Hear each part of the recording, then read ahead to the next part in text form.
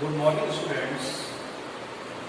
देखिए आपका जो चैप्टर था electric coulombs law and electric field, वैद्युत क्षेत्र और कूलाम का नियम वो कंप्लीट हो गया। इसके बाद अगला नेक्स्ट टॉपिक है आपका गॉस थ्योरम।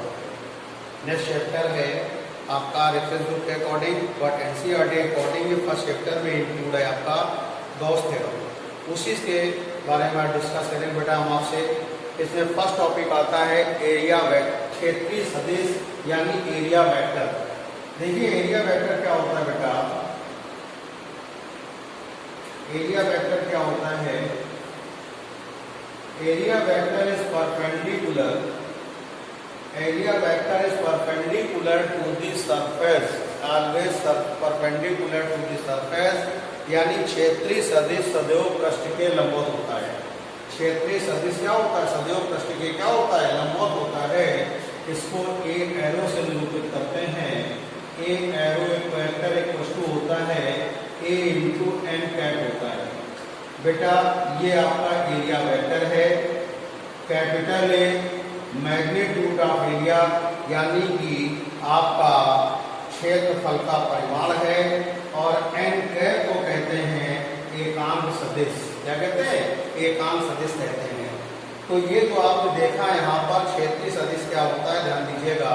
किसी पृष्ठ के लंबवत क्षेत्रीय सदिश जो होता है परिमाण में क्षेत्रफल के बराबर होता है, और इसकी दिशा हमेशा सरफेस यानी तल के लंबवत होती है। एरिया वेक्टर एक वस्तु ए इंटू एन कैप होता है। एरिया वेक्टर एक वस्तु A into n cap. Area vector इसको कहते हैं क्षेत्रीय सदिश, इसको कहते हैं क्षेत्रफल का परिमाण, और ये होता है आपका एकांक सदिश। Area vector perpendicular to the surface. बात क्लियर हो गई बेटा?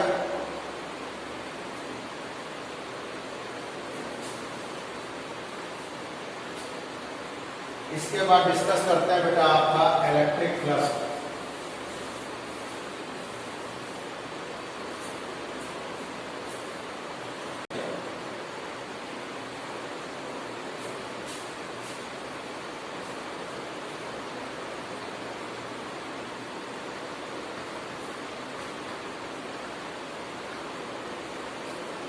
देखिए बेटा वैद्युत फ्लक्स क्या होता है यानी इलेक्ट्रिक फ्लक्स क्या होता है, ध्यान दीजिएगा।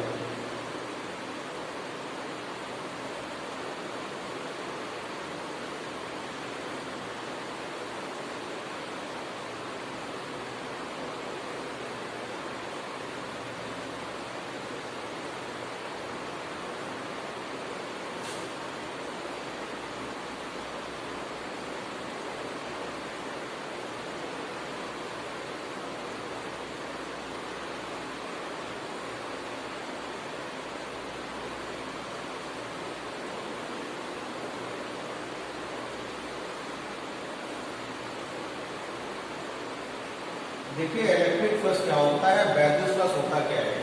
किसी पृष्ठ से गुजरने वाली वैद्युत फ्लक्स जो होता है, पृष्ठ से गुजरने वाली वैद्युत बल रेखाओं की संख्या के अनुक्रमानुपाती होता है। इसे फाई से निरूपित किया जाता है, phi proportional to capital N. यानी कि वैद्युत फ्लक्स जो होता है पृष्ठ से गुजरने वाली वैद्युत बल रेखाओं की संख्या के अनुक्रमानुपाती होता है। Electric flux is directly proportional to the number of electric lines passes through a surface.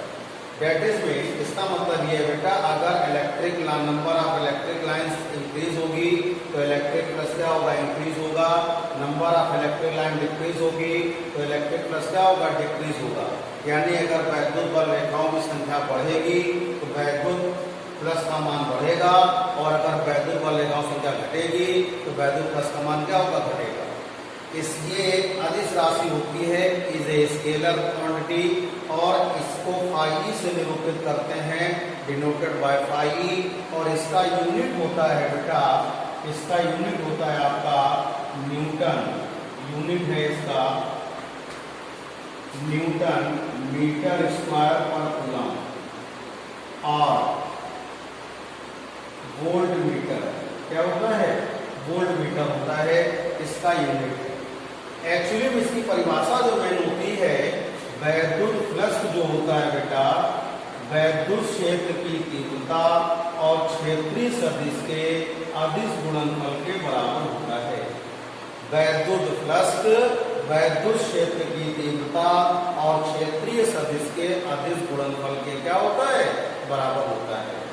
यानी electric flux is a scalar product of intensity of electric field and area vector. समझ में आ गई? वैद्युत फ्लक्स क्या होता है कि वैद्युत फ्लक्स वैद्युत क्षेत्र की तीव्रता कैपिटल ई और क्षेत्रीय सदिश के अदिश गुणनफल के क्या होता है, बराबर होता है। इसे फाई से निरूपित करते हैं। इसकी एक अदिश राशि होती है, इसका मात्रक न्यूटन मीटर स्क्वायर पर कूलम और वोल्ट मीटर होता है। यानी electric flux is a scalar product of intensity of electric field and area vector, and area vector is denoted by phi. It's a scalar quantity and its unit newton metre square पर coulomb और volt metre.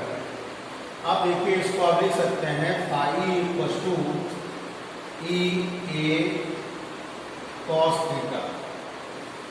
आपको मालूम है बेटा, scalar product की property होती है A dot B equal to क्या होता है, ए बी कॉस थीटा होता है।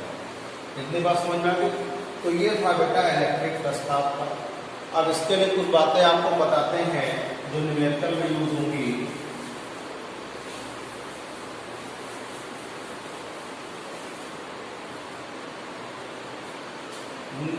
फर्स्ट,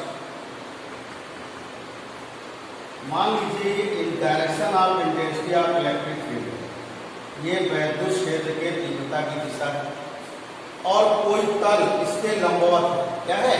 लंबवत है। यानी कि सरफेस जो है इसके परपेंडिकुलर है, तो इसका जो एरिया वेक्टर होगा बेटा ये है। यदि if surface is perpendicular to the field, direction of perpendicular to the field, then angle between intensity of an electric field and area vector becomes zero। अगर बेटा तल वैद्युत क्षेत्र के लंबवत होता है तो वैद्युत क्षेत्र की तीव्रता और क्षेत्रीय सदिश दोनों एक ही दिशा में हैं, तो इनके बीच का कोण कितना होगा, 0 डिग्री। क्योंकि जब दो सदिश राशियां यानी वेक्टर क्वांटिटी सेम डायरेक्शन में होती हैं तो उनके बीच कोण कितना होता है, 0 डिग्री होता है। कितना होता है, 0 डिग्री होता है। तो यहाँ पर थीटा बराबर आएगा 0 डिग्री, तो फाई बराबर आएगा आपके पास ई ए cos 0। cos 0 की वैल्यू कितनी होती है बेटा, 1 होती है के सेकेंड।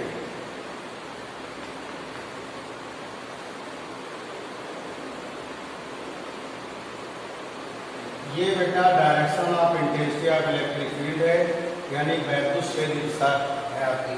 अब तल जो है इसके पैरेलल है, यानी कि समांतर है। अगर कोई तल इसके समांतर है तो क्या होगा,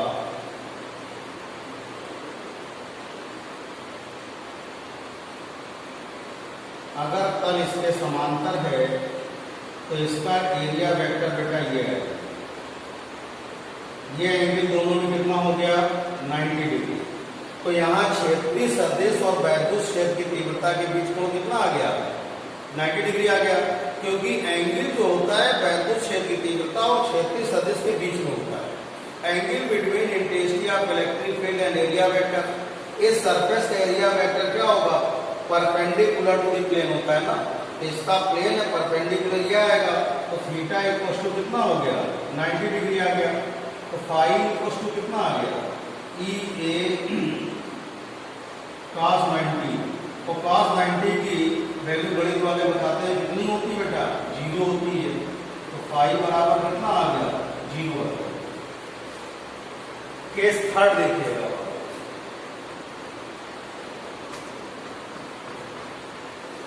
केस थर्ड क्या है, अगर मान लीजिए प्लेन आपका ये कोई प्लेन है यानी कि सरफेस है और इंटेंसिटी ऑफ इलेक्ट्रिक फील्ड इस प्लेन से कितना एंगल बना रही है, थीटा डिग्री। जैसे मान लीजिएगा ये प्लेन है, तो इंटेंसिटी ऑफ इलेक्ट्रिक फील्ड ये थीटा एंगल बना रही है इस तरीके से, ठीक है ना। प्लेन कितना बना रही है, प्लेन से इंटेंसिटी वैल्यू तीव्रता कितना पर बना रही है, थीटा पर बना रही है। अब देखिए इसका जो एरिया वेक्टर यानी क्षेत्रीय सदिश होगा, ये तो इसके परपेंडिकुलर होगा कि नहीं होगा, ये वैद्युत क्षेत्र तीव्रता इससे थीटा पर बना रही है, क्षेत्रीय इसके परपेंडिकुलर होगा। हमें एंगल कौन सा चाहिए होता है, एंगल चाहिए होता है हमको E और A के बीच। बेटा ये टोटल एंगल कितना है 90, ये थीटा, तो ये कितना हो गया 90 माइनस थीटा हो गया। क्या हो गया 90 माइनस थीटा। तो यहाँ पर फाई बराबर कितना आएगा EA cos 90 माइनस थीटा। तो ये है बेटा आपका इलेक्ट्रिक फ्लक्स। एक बार फिर समझ लेंगे, वैद्युत फ्लक्स वैद्युत क्षेत्र की तीव्रता और क्षेत्रीय सदिश के अदिश गुणनफल के बराबर होता है। यानी intensity of any electric flux is scalar product of intensity of electric field and area vector. ये इसकी तीन पोजीशन है। यानी अगर सरफेस परपेंडिकुलर है तो आपका ये है, पैरेलल है तो ये है, अगर इंटेंसिटी थीटा एंगल परफॉर्म कर रही है सरफेस है तो ये कंडीशन होगी। यदि तल क्षेत्र के लंबवत है तो एंगल दोनों के बीच थीटा डिग्री 0 होगा, थीटा 0 होगा, और इन दोनों के बीच एंगल कितना होगा आपका 90 होगा, तो फाई आ जाएगा। तो इसमें क्या होगा 90 माइनस थीटा आ जाएगा। अब देखिएगा इस पर एक न्यूमेरिकल देख लेते हैं बेटा।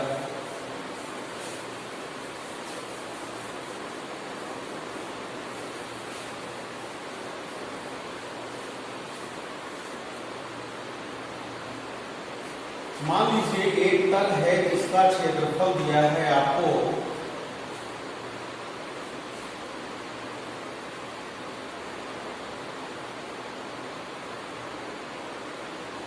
2i और इंटेंसिटी ऑफ इलेक्ट्रिक फील्ड दिया है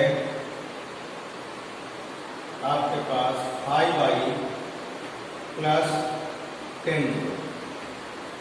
आपको इलेक्ट्रिक फ्लक्स फाइंड करना है। यानी अगर कोई तल दिया, उसका क्षेत्रफल दिया है आपको मीटर स्क्वायर, ये दिया है न्यूटन पर कूलम, आपको वैद्युत फ्लक्स यानी इलेक्ट्रिक फ्लक्स फाइंड करना है। तो इलेक्ट्रिक फ्लक्स का फार्मूला क्या होता है बेटा, फाई बराबर होता है E डॉट A होता है। ध्यान दीजिए कितना होगा 5i प्लस 10j और डॉट 2i। अब आपने फर्स्ट ईयर में पढ़ा होगा I डॉट I बराबर J डॉट J बराबर K dot K equal to 1। I dot J J dot K K dot I बराबर क्या होता है 0। ये फार्मूला आपको फर्स्ट ईयर वाला याद रखना है। तो देखिए I डॉट I कितना हो गया 1 हो गया, 5 का 2 में मल्टीप्लाई करेंगे कितना होगा 10। J तो है नहीं, J का I में करेंगे कितना हो जाएगा 0। तो ये कितना आ जाएगा न्यूटन मीटर स्क्वायर पर कूलम। ये आ गया आपका इलेक्ट्रिक फ्लक्स। इस तरह से आप इलेक्ट्रिक फ्लक्स के देखिए। अब देखिए नोट इसी इलेक्ट्रिक फ्लक्स के लिए ये सरफेस है।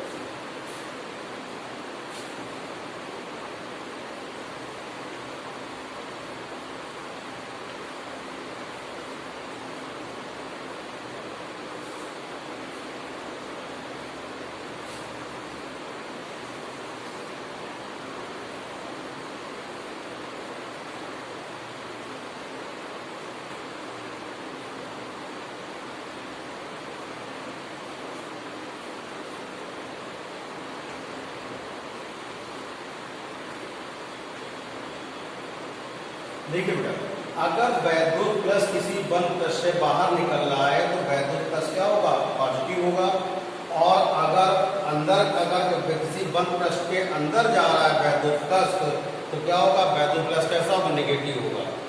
If out from the close surface electric flux out from the close surface then electric flux is a positive and enter in the इस बात का ध्यान रखेंगे, अगर वैद्युत बल रेखाएं किसी पृष्ठ से बाहर आ रही हैं तो वो धनात्मक होगा वैद्युत प्लस, और किसी बंद पृष्ठ के अगर अंदर जा रही हैं तो वैद्युत प्लस क्या होगा, ऋणात्मक होगा। कैसा होगा, ऋणात्मक होगा। एक बात का ध्यान रखिएगा कि वैद्युत प्लस यानी इलेक्ट्रिक प्लस जो होता है ये आपका कैसा क्वांटिटी होता है, स्केलर क्वांटिटी होता है। ये केवल चार्ज पर डिपेंड करता है। किस पर डिपेंड करता है, केवल चार्ज पर डिपेंड करता है। इस बात का ध्यान रखिएगा, अगर चार्ज पॉजिटिव है तो ये पॉजिटिव होगा, अगर निगेटिव है तो निगेटिव होगा। तो इस बात का ध्यान रखिएगा कि अगर वैद्युत प्लस किसी बंद पृष्ठ से बाहर आ रहा है, वैद्युत प्लस किसी बंद पृष्ठ से बाहर आ रहा है तो वैद्युत प्लस धनात्मक होगा, और अगर अंदर जा रहा है तो क्या होगा, ऋणात्मक होगा बेटा। इस बात का ध्यान रखिएगा।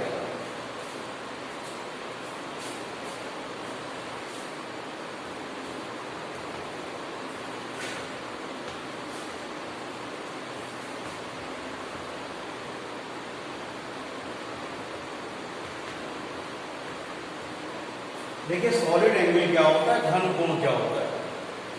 जैसे ये आपके पास एक ये पृष्ठ है,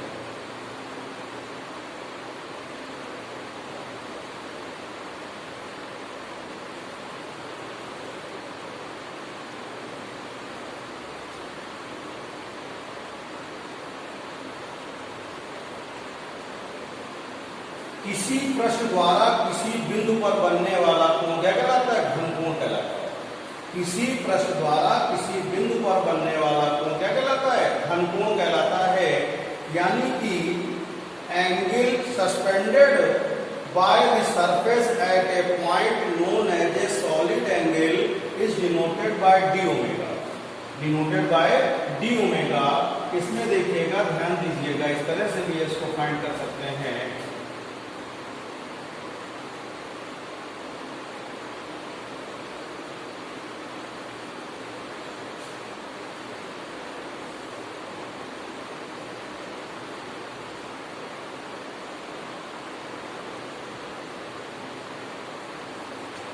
ये एरिया वेक्टर हो गया आपका, तो यह आएगा आपके पास डी ओमेगा इक्वल टू, इसको डी ए मान लेंगे, डी ए अपॉन कितना हो गया, आर स्क्वायर। केस सेकेंड, कभी कभी ऐसा केस आ जाता है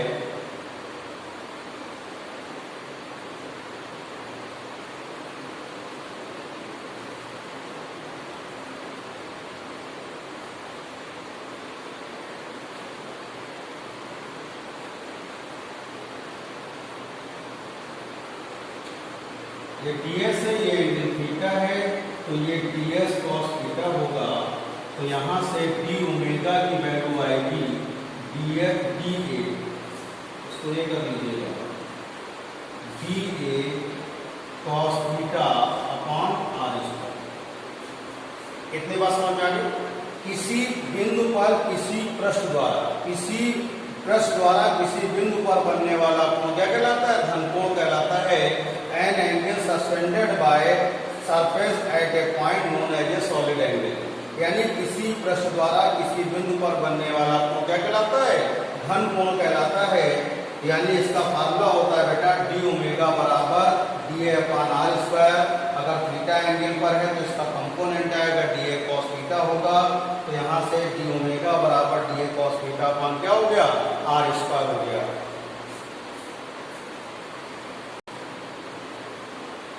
देखिए बेटा, अब सॉलिड एंगल की मैक्सिमम वैल्यू से निकालते हैं, यानी कि घन कोण का अधिकतम मान कैसे निकालोगे।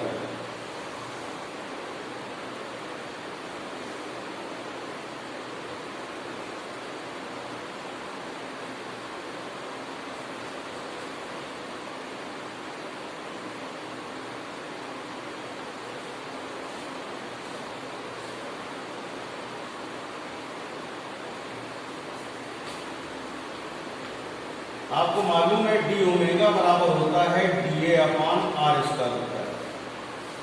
अब ये स्फीयर है यानी गोला है, गोले के पृष्ठ का क्षेत्रफल कितना होता है, 4 पाई आर स्क्वायर। कितना होता है, 4 पाई आर स्क्वायर होता है।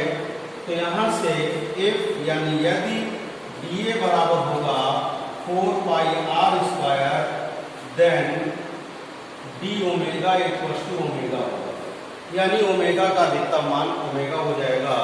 ओमेगा इक्वल्स टू कितना होगा 4 pi r square upon r square cancel, omega equals to कितना होगा 4 पाई। तो घन कोणों का अधिकतम मान कितना होता है 4 पाई, यानी कि सॉलिड एंगल की मैक्सिमम वैल्यू कितनी होती बेटा 4 पाई। तो बेटा आज का टॉपिक था आपका एरिया वेक्टर यानी क्षेत्रीय सदिश, वैद्युत फ्लक्स यानी कि इलेक्ट्रिक फ्लक्स और आपका उसके एक न्यूमेरिकल और प्लस आपका था सॉलिड एंगल। थैंक यू बेटा।